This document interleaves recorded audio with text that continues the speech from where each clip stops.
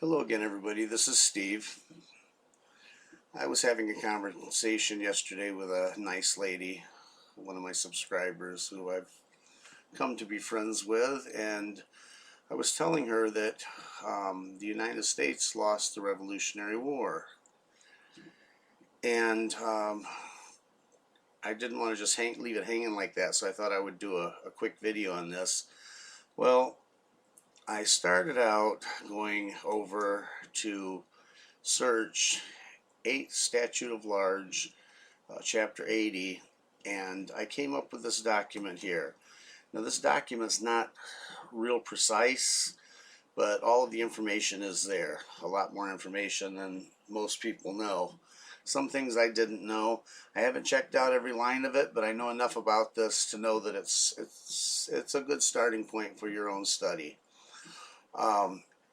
This was apparently by Stephen Kimball Ames, and it's usatherepublic.com is where this document came from.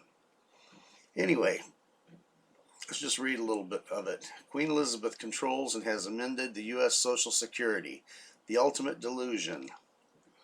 And this is going to be quite shocking to a lot of people that have not been exposed to this information before. But yes, our Social Security and our income taxes and all of that all has to do with the International Monetary Fund and the Queen of England, the Vatican. But let's go through this a little bit. Queen Elizabeth controls and has amended the U.S. Social Security as follows. SI 1997 number 1778, the Social Security, United States of America, Order 1997, made 22nd of July 1997, coming into force 1st September 1997 at the court at Buckingham Palace, 22nd day of July 1997. Now therefore, Her Majesty, in pursuance of Section 179, 1A and 2 of the Social Security Administration Act of 1992, and all other powers enabling her in that behalf, is pleased by and with advice of her Privy Council to order and is hereby ordered as follows. This order may be cited as the Social Security, United States of America, Order 1997, and shall come into force on September 1st, 1997. Does this give a new meaning to Federal Judge William Wayne Justice stating in court that he takes his orders from England? This order goes on to redefine words in the Social Security Act and make some changes in United States law. Remember, King George was the Arch-Treasurer and Prince-Elector of the Holy Roman Empire, and C. This should be Exchequer. Let's see if we can come up here. Exchequer. In civil service of the United Kingdom, Her Majesty's Exchequer, or just the Exchequer, is the accounting process of central government and government's current account, i.e. money held from taxation and governmental revenues from the consolidated fund, and that's from Wikipedia. And the interesting thing about this is that King George retained in the 1738 Treaty of Peace, which you can find at 8 U.S. Statutes at Large, you can find this, that he retained, basically he was the treasurer of the United States. So see, before this country ever had a constitution, we started out, it should be 78, not 38 here too. So there's some little errors in here, typos, like the C here and the 78 there. But by and large, I've went over this document and it's fairly accurate. But as I was saying, he retained basically the control of the colonies. Now, the colonists had borrowed money from France, but King George was also the King of France. So King George was loaning money to the colonists so that they could fight King George. Kind of a little bit funky there, if you ask me, but that's really the way it is. Usually, there's a lot more going on in a war than we know about. and not usually, always, there's a lot more than we're knowing about. And it all goes back to the money. Anyway, so C, Treaty of Peace, 17 should be 78. 8 U.S. statutes at large. Great Britain, which is the agent for the Pope, is in charge of the USA plantation. Now, what people do not know is that the so-called founding fathers and King George were working hand in hand to bring the people of America to their knees, to install a central government over them and bind them to a debt that could not be paid. First off, you have to understand that the United States is a corporation and that it existed before the Revolutionary War. See Republic v. Swears, 1 Dallas 43 and 28 USC 3002-15. And this is in the United States Code where it says the United States is a corporation. Now, the thing is, pretty much all of us know that the Act of 1871, the District of Columbia, was established and took on a government, and in that act they took over the names United States with all capital letters, United States of America, USA Incorporated, and all the variants thereof, and copyrighted them. So it became an official corporation, but actually it was a corporation all the way back here. And that's pretty much the way it is with all body politics, if not 100%. A body politic is a group of people with a singleness of purpose towards a government. And so that is a fictional entity. It's not a living thing, but in law it would be considered a person, as a person is a fictitious thing. And so the United States at its founding was a corporation. Now, you have to also realize that King George was not just the king of England. He was also the king of France. The Treaty of Peace, U.S. 8 statutes at large, 80. On January 22nd, 1783, Congress ratified a contract for the repayment of 21 loans that the United States has already received, dating from February 28, 1778 to July 5th, 1782. Now, the United States Incorporated owes the king money which is due January 1st, 1788 from King George via France. This is not incredible. The king funded both sides of the war, but there was more work that needed to be done. Now, the Articles of Confederation, which was declared in force March 1st, 1781, states in Article 12, all bills of credit emitted, monies borrowed, and debts contracted by or under the authority of Congress before the assembling of the United States in pursuance of the present Confederation shall be deemed and considered a charge against the United States. Deemed is an interesting word. It means basically it's not true, but we're going to pretend it is. But you do good to learn that word and look it up in your Black's Law Dictionary. Excuse me. Shall be deemed and considered a charge against the United States for payment and satisfaction whereof the United States and the public faith are hereby solemnly pledged. Now, after losing the Revolutionary War, even though the war was nothing more than a move to turn the people into debtors for the king, they were not done yet. Now the loans were coming due, and so a meeting was convened in Annapolis, Maryland, to discuss the economic instability of the country under the Articles of Confederation. See, the Articles of Confederation would have been good enough, except it didn't give them a way to really charge it back on the people, charge the debt back on the people. And that's what this is all about. The Constitution, the root word is constitutor, and a constitutor is someone who agrees to take on the debt of another. So that's what this was all about. It is, yes, it is a trust indenture. Yes, it did control to a degree the government, but it's all, even from way back then, it was smoke and mirrors. And they've had to put up the act and keep the act up for, what, 250 years, something like that? And they've had to do this because if people really knew what was going on, there'd be another revolution. Okay. Only 5 states came to the meeting, but there was a call for another meeting to take place in Philadelphia the following year with the express purpose of revising the Articles of Confederation. On February 21st, 1787, Congress gave approval of the meeting to take place in Philadelphia on May 14th, 1787, to revise the Articles of Confederation. Something had to be done about the mounting debt. Little did the people know that so-called founding fathers were acutely going to reorganize the United States because it was bankrupt. Excuse me. So see, even before the country was officially what we know of it today as the country under the Declaration of Independence and the Constitution, the Organic Constitution, it was already in bankruptcy. And from what I understand, there's been 3 bankruptcies. So, and I don't know what happened in 1999, but the 1933 bankruptcy was up in 1999. I have no idea. I've not been able to figure out how they've kept the country running since then.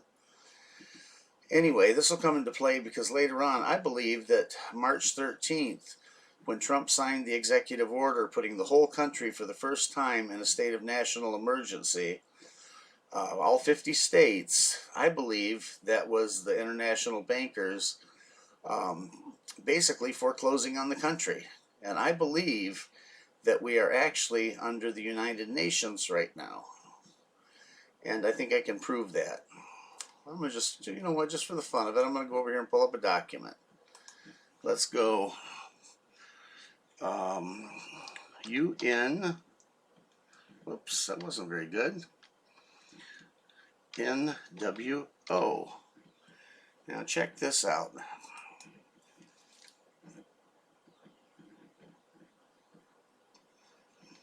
United Nations New Economic Paradigm.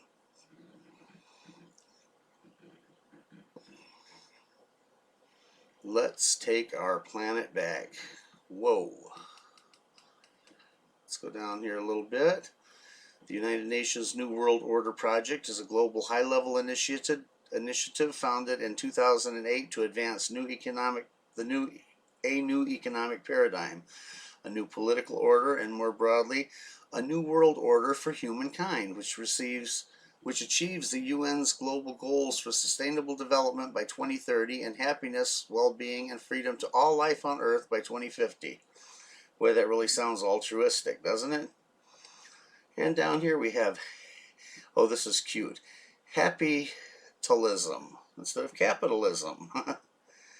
UNIDO Happiness, United Nations International Day of Happiness, and the UN Global Goals. Anyway, we're not going to stay here, and I'm not going to say too much because somebody I know just got a channel taken down, I believe, over that page right there. So let's get back here for a minute. But I believe that, see, they're not even hiding their New World Order agenda. Now, it's right on the United Nations website. That was UNNWO. On September 17th, 1787, 12 state delegates approved the Constitution. The states have now become constitutor in civil law, one who, by simple agreement, becomes responsible for the payment of another's debt. That's from Black's Law, 6th edition.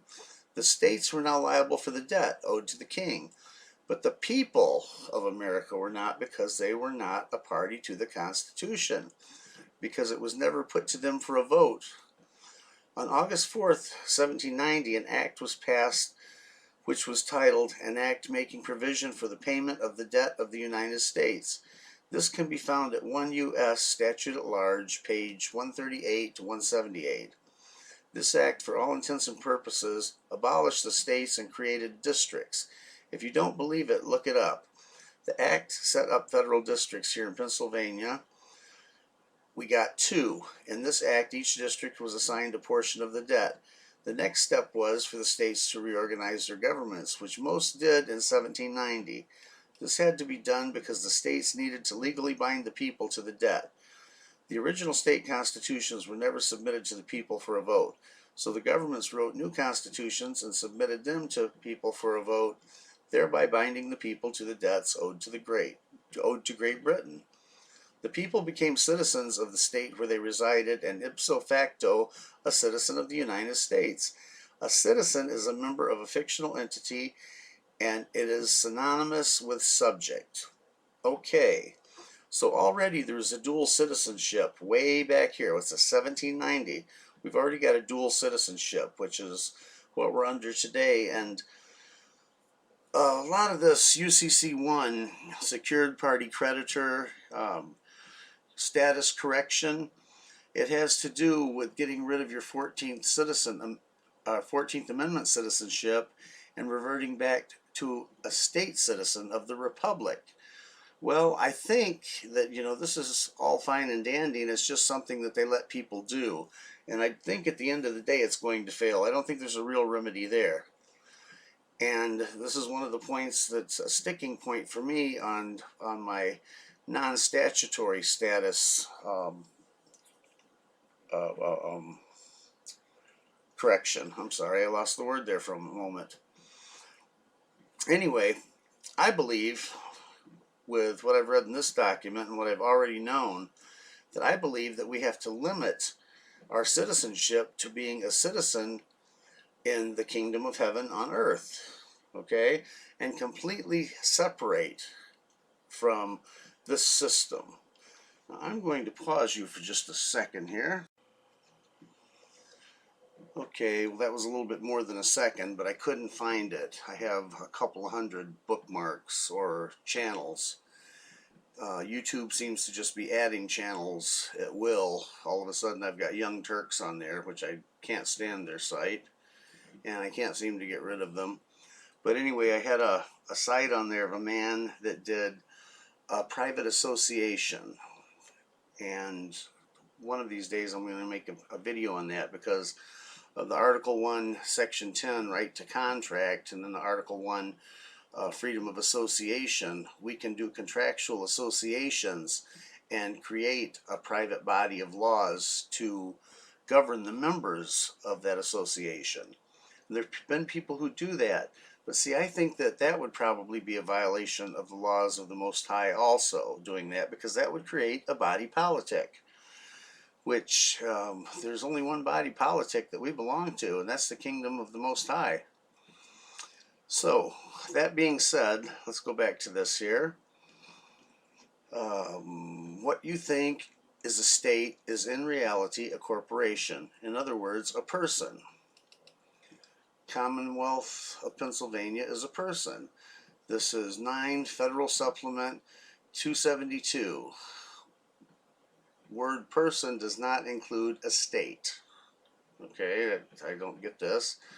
12 Attorney General 176, and I don't know this citation. There are no states, just corporations.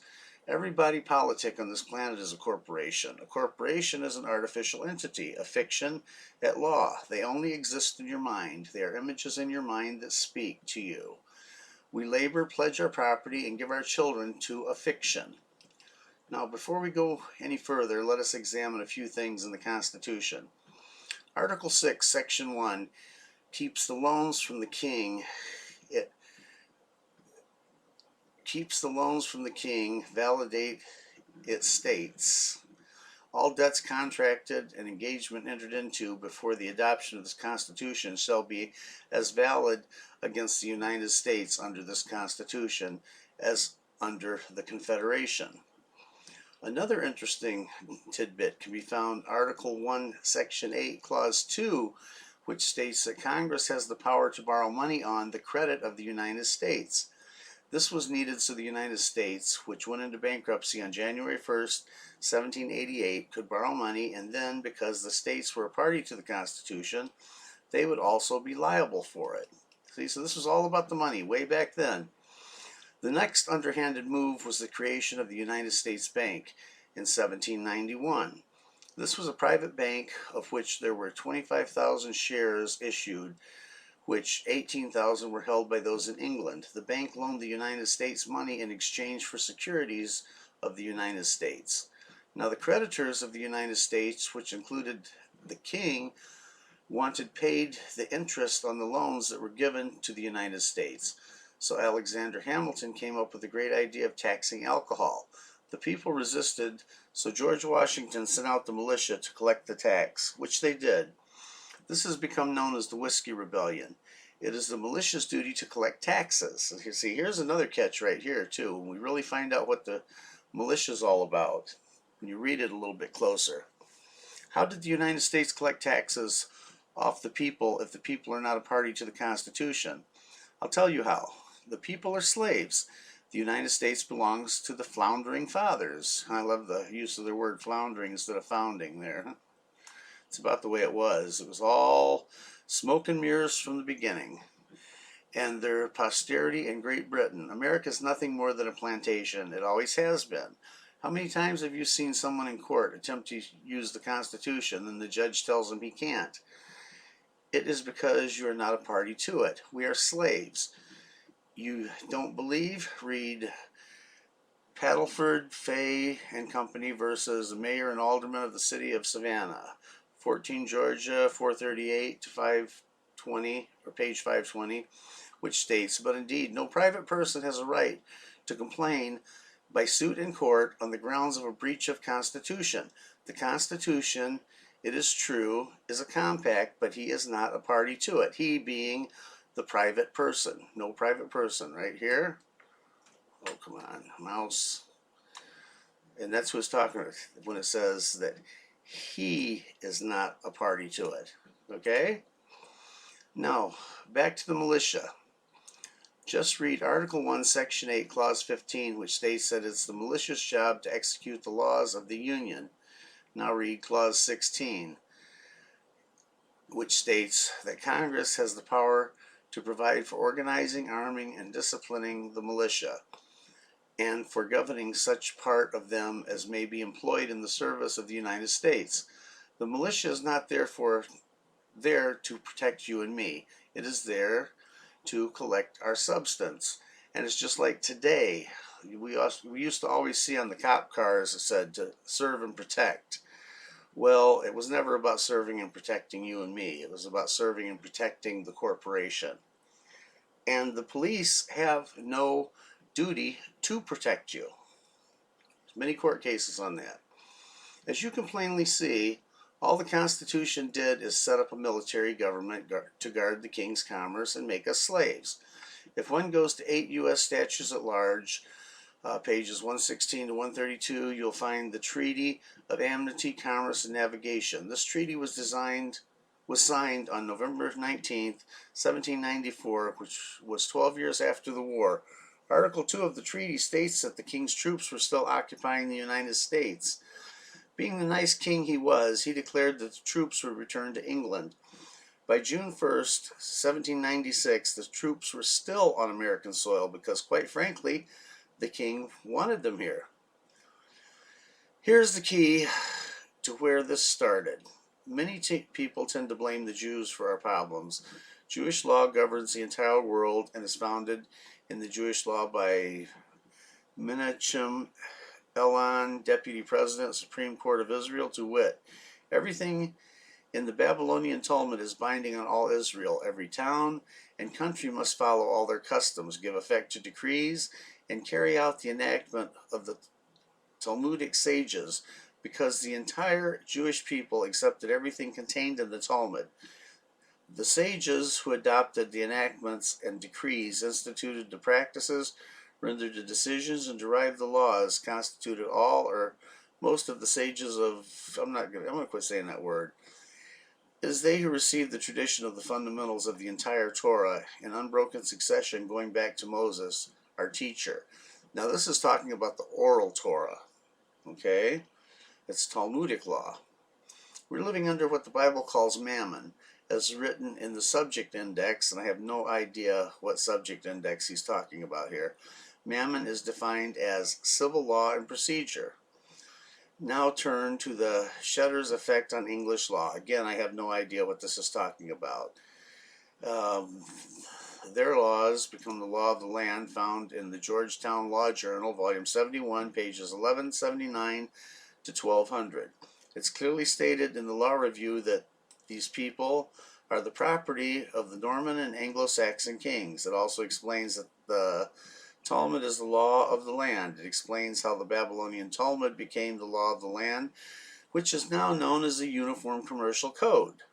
So I don't know anything about the veracity of this. I have not checked this statement out and done the research on this. I was just trying to put this together kind of quick, and even what little I've done here, looking up a few things, it's got quite convoluted. And rather than getting it just to the point that I threw the baby out with the bathwater, I just kind of blew over some of this stuff.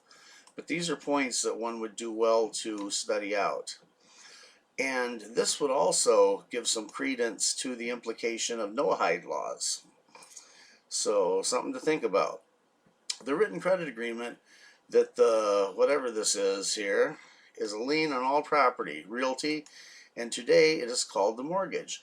Well, the realty, there's only one piece of property that you have control over and are sort of the owner of, and that's your body. We're made from the soil, and therefore that's real property. So it's kind of hard for somebody that's not studied this for a while to wrap their mind around that, but that's the truth of the matter. The treatise also explains that the Jews are owned by Great Britain and are in charge of the banking system. Okay, so I don't know a whole bunch about this here, and I haven't searched it out. They're saying we were living under the Talmud. It was brought to England in 1066 and has been enforced by the Pope, kings, and the Christian churches ever since. It is total and relentless mind control. People are taught to believe things that do not exist, believe in things that do not exist. Now, I have no idea if what this is talking about here, if this is trying to attack the veracity of the Holy Scriptures. I don't think so. I think this is all having to do with the oral tradition. I'm really not sure. Like I said, I haven't studied this out. Now, before you scream that the UCC is unconstitutional, I'm sorry, people. You're not a party to any constitution. Read the case cite below. This is the same one we read before. No private person has a right to complain because he's not a party to it, being the Constitution. Okay, and we already went over this case, so we're gonna move this along a little bit. You have to understand that Great Britain, Article 6, Section 1, the United States and the states are parties to the Constitution, not you. Let me try to explain. If I buy an automobile from a man and that automobile has a warranty and the engine blows up the first day I have it, then I tell the man to just forget about it. Then you come along and tell the man to pay me, and he says no. So you take him to court for not holding up the contract. The court then says, case dismissed. Why? Because you are not a party to the contract. In other words, the agreement with me and the first man. You cannot sue a government official for not adhering to a contract, constitution, that you are not a party to. You better accept the fact that you are a slave. When you try to use the Constitution, you are committing a crime known as criminal trespass. Oh, come on here. Why? Because you are attempting to infringe on a private contract that you are not a party to. Then, to make matters worse, you are a debt slave who owns no property or has any rights. You are a mere user of your master's property. Here are just a couple of examples. The primary control and custody of infant is with the government. I think they probably left a word out there. Tillman v. Roberts, 108 South 62. I have no idea what state that's talking about there. SCT or F2D, that's Supreme Court recorders. When you get into this SO or things like that, then generally you're talking state recorders where they write down the state Supreme Court cases. Marriage is a civil contract to which there are three parties, the husband, the wife, and the state. And this gives them more claim to that infant. Because on the back of a lot of marriage licenses, it says that the product of the union shall belong to the state. And the product of the union is the child. So, interesting. And this is from Van Coten versus Van Coten, 45 Northeast. Now, this is Northeast Reporter. That is a Supreme Court reporter. 146. The ultimate ownership. Now, this is interesting right here. And this I can I can attest to because I've read it. The ultimate ownership of all property is in the state. Individual so-called ownership is only by virtue of government, i.e., i.e. means id est in Latin. It means that is, amounting to mere use. And use must be in accordance with law and subordinate to the necessities of the state. This is Senate document number 43 of the 73rd Congress, first session in 1933. And this is the one for the Emergency Banking Act that Roosevelt so nicely blessed us all with. It's also from a case, Brown v. Welsh, is where this has been cited. You own no property because you are a slave. Really, you are worse off than a slave because you are also a debtor. So you're a slave, you can't own anything, and you're a debtor, so you can't pay off your debt. So they got you coming and going here. But in everything there must be remedy, and I believe our remedy is completely and totally breaking from the system. And I believe that we do that by declaration. The right of traffic or the transmission of property is an absolute inalienable right, is one which has never existed since governments were instituted and never can exist under governments. Widgmeyer versus the People, 13 New York Rep 378 on page 481. Okay, the right of traffic or the transmission of property. That's what traffic means. It means to trade back and forth. An absolute inalienable right. Okay, it should be unalienable. Is one which has never existed since governments were instituted and never can exist under governments. See, because it's all fiction. Okay, and in fact, whoa, here we go. Come on up. I guess it ain't gonna work. In fact, we really don't own anything. We are given a stewardship. We're given the use by the Most High, and we have things that we call our property, but really, you know, Yahuwah giveth, Yahuwah taketh away. Everything belongs to him ultimately, including ourselves, our bodies. So, Great Britain to this day collects its taxes from the American people. The IRS is not an agency of the United States government. And we haven't had a United States Treasury since, I believe, 1941. It's actually the Treasury of Puerto Rico. They do a little wordplay there. All taxpayers have an individual master file, which is in code. By using IRS publication 6209, which is over 400 pages, there's a blocking series which shows the taxpayer the type of tax that's being paid. Most taxpayers fall under a 300 to 399 blocking series, which 6209 states is reserved. But by going to BMF 300 to 399, which is the business master file, in 6209, prior to 1991, this was US-UK tax claims, meaning taxpayers are considered a business and involved in commerce and are held liable for taxes via the treaty between the US and the UK, payable to the UK. The form that is supposed to be used for this is Form 8288 FIRPTA, Foreign Investment Real Property Tax Account. The 8288 form is the Law Enforcement Manual of the IRS, Chapter 3, the OMB's paper Office of Management and Budget and Department of the Treasury list of active information collections approved under Paperwork Reduction Act, where Form 8288 is found under OMB number 1545-0902, which says U.S. withholding tax return for dispositions by foreign persons of U.S. Form 8288 and 8288A. Now, that's a little convoluted, and they do this all on purpose. Now, there is remedy within the tax codes by knowing who you are, but there again, I believe that that's still a smoke and mirrors where they allow this because they've got to keep this game going. But when push comes to shove, I think all that stuff's going to fall moot, because unless we've corrected our status and put them on notice of our status as a citizen of the kingdom of Yahuwah, of the kingdom of heaven on this earth, then we really do not have a corrected status. See, all men are created equal. But in their system, it's like the book Animal Farm, where the pig Napoleon said all animals are created equal. It's just that some animals are more equal than others. And that's kind of the bait and switch they've done on us also.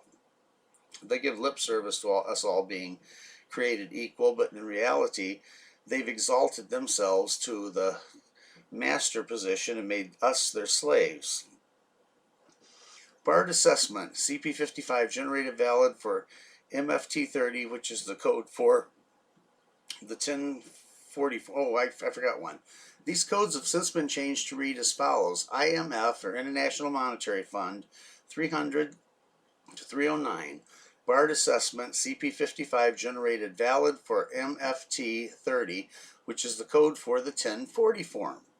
The International Monetary Fund, 310 to 399, reads the same as IMF 300 to 309. BMF 390, and I don't know what BMF is, to 399 reads US-UK tax treaty claims. Isn't it incredible that a 1040 form is payment of a tax to the UK? Everybody is always looking to 26 USC for the law that makes one liable for the so-called income tax. But that's not in there because it's not a tax. It's debt collection through a private contract called the Constitution of the United States, Article 6, Section 1, and various agreements. Is a cow paying an income tax when the machine gets connected to its udders? The answer is no. I've never known a cow that owns property or has been compensated for its labor. You own nothing that your labor has ever produced. You don't even own your labor or yourself. Your labor is measured in current credit money. You are allowed to retain a small portion of your labor so that you can have food, clothing, and shelter, and most of all, breed more slaves. Did you ever notice how many of the other slaves get upset if you try to regain your labor? You are called an extremist, terrorist, or sometimes even a free man. They say that you are anti-government, when the truth of the matter is you just don't want to be a slave. But you do not have the right to force others to be free if they want to be a slave. That is entirely up to them. If they want to bow down and worship corporations, let them. The United States, Great Britain, and the Pope are not the problem. It is the other slaves. Let me make a mark there so I can scroll this up there. That's easier. We would be free if the want to be slaves were gone. The United States, Great Britain, and the Pope would not even exist because no one would acknowledge them. Now there's a lot of truth in this statement. We would be free if the want to be slaves were gone. Because what's our problem right now with this lockdown? Is it the government? Is it the police? No, it's the sheep. Everybody's so scared to death and running around and looking for daddy government and the orange man to step up and save them. They're standing around waiting for this stipend check, and it's just insane. Our problem is the rest of the population, first and foremost. Of course, all of these so-called de facto governments will capitalize upon that, but that's just the nature of man wanting to rule over other men. The United States, Great Britain, and the Pope would not even exist because no one would acknowledge them. I, for a matter of fact, think that those who are in power are also tired of the slaves. All the slaves do is stand around and moo for free health care, free education, free housing, and they beg those who are in power to disarm them. I do agree that a slave should not have access to a firearm. How can you disagree with the government passing out birth control? I hope the breeding of slaves stops, or at the very least slows down. I'm not real sure I can understand, much less agree with these last couple statements. You see, we are cows. The IRS is a company who milks the cows, and the United States Incorporated is the veterinarian who takes care of the herd, and Great Britain is the owner of the farm in fee simple. The farm is held in allodium by the Pope. Well, that's kind of it in a nutshell right there. That kind of breaks it all down. But now, you've got to do some due diligence and check all this out. I have not checked out all of this, but I do know enough of these things that we've been going through to say that it's pretty darn accurate. Now to Rome. Convinced that principles of religion contribute most powerfully to keep nations in the state of passive obedience which they owe their princes, the contracting parties declare it to be their intention to sustain their respective states, those measures which the clergy may adopt with the aim of ameliorating their interests, so intimately connected with the preservation of the authority of the princes and the contracting powers, join in offering their thanks to the Pope for what he's already done for them, and solicit his constant cooperation in their views of submitting the nations. Well, that was a whole mouthful. Article 3, Treaty of Verona, 1822. If the sovereign pontiff should nevertheless insist on his law being observed, he must be obeyed. And I have no idea what this citation is or even how to pronounce it. Pontifical laws, moreover, become obligatory without being accepted or confirmed by secular rulers. Syllabus pro, blah, blah, blah. I have no idea again. But I will back up here and say, at the root of all of our law system today, the corpus juris civilis that we're actually under, the Roman civil law, is the Talmudic law in the form of the canon laws, of which the Vatican is the owner of those, or the one that created those. Hence, the Jus National, federal law, or the exceptional ecclesiastical laws prevalent in the United States may be abolished at any time by the sovereign pontiff. Elements of Ecclesiastical Law, Volume 1, 53 and 54. So could this be shown that the Pope rules the world? The Pope is the ultimate owner of everything in the world. See Treaty of 1213, Papal Bull of 1455 and 1492. And I think you'd have to put in the 1302, Unum Sanctum fits right in with this also. But this is three papal bulls, Unum Sanctum, and then the 1455 and the 1492, and it's all comes together in the Sedekv Act. And there's two of them, one in the 1500s, I can't remember the date, and then it's finalized in 1666. Okay, I could go on and on. This is just the tip of the iceberg. Don't let this information scare you, because without it, you cannot be free. You have to understand that all slavery and freedom originates in the mind. When your mind allows you to accept and understand that the United States, Great Britain, and the Vatican are corporations which are nothing but fictional entities which have been placed into your mind, you will understand that your slavery was because you believed a lie. Okay, now this is a very good information right here, because that's exactly right, and this is what Brandon has been talking about, where it all has to do with being in between the two temples. And I think when I was talking to Monica yesterday, that we made mention, or I made mention of that I'm not so sure that whatever document, declaration, or what have you, is as important as having it settled in your mind of who you are. And this goes back to the whole purpose of my channel. Know who you are. Understand who you are. Understand that you have value. You have value because you are a child of the Most High, a citizen of the kingdom of heaven on this earth, and an ambassador to Messiah. So, and there's a lot of our remedy right there. If we can declare that, and then if we can demand our ambassadorship be recognized, then under, I can't remember if it was Hague or Geneva Convention, where the ministers can pass freely. I believe it's a Geneva Convention. I have to look it up, and I'm not going to. Brandon went through that in a video a week or two ago about that, how we have to learn to maneuver in the system and to go as non-combatants, go as in peace, act as ambassadors. See, because ambassadors have diplomatic immunity as long as they're acting in the capacity of an ambassador. Now, if they're going out there and raising all kinds of cane, then that immunity is going to fail, especially when you're standing as an ambassador for the kingdom of heaven. And I think that's a huge part of our remedy right there also. Now, that being said, see, I can't do this for you. I gave you a lot of stuff here and a lot of starting points and put some concepts out there that probably you can't really wrap your mind around right now, especially if you're new to this. It takes time. It takes due diligence.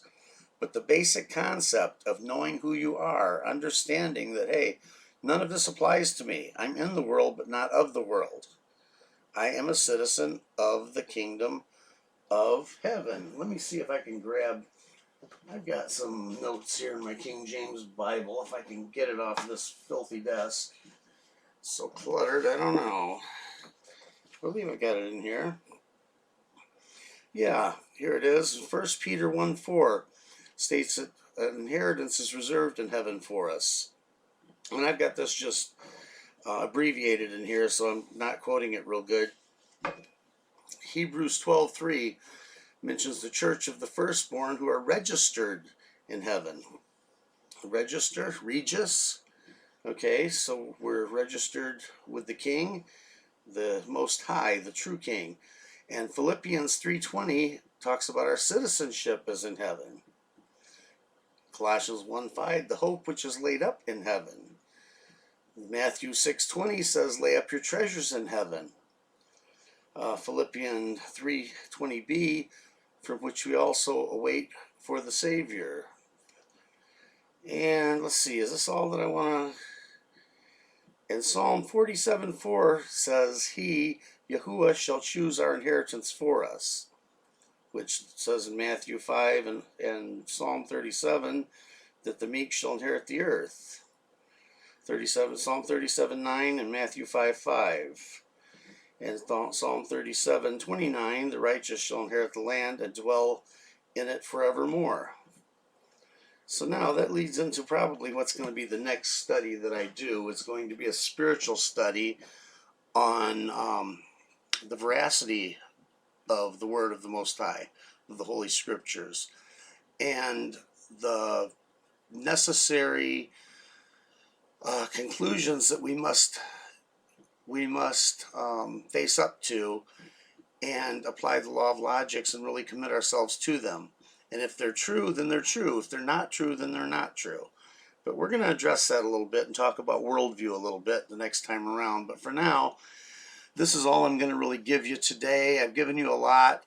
You can go back through this video, pause, look up these different things. Just put them in a search engine. Put them in DuckDuckGo. It's much better than Google or Brave browser. Actually, Brave browser's coming up with Google now, so I don't even use it.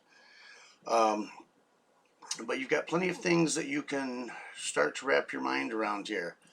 But isn't that a trip that we didn't win the Revolutionary War? And the Constitution was just the first step in making our enslavement concrete, putting us in a prison with no bars, of which most people will have no way of ever escaping because they won't be willing to put in the work and do the due diligence to learn enough of this to assert their status. And with that, I'm going to say Yahuwah bless you all, and I will talk to you next time.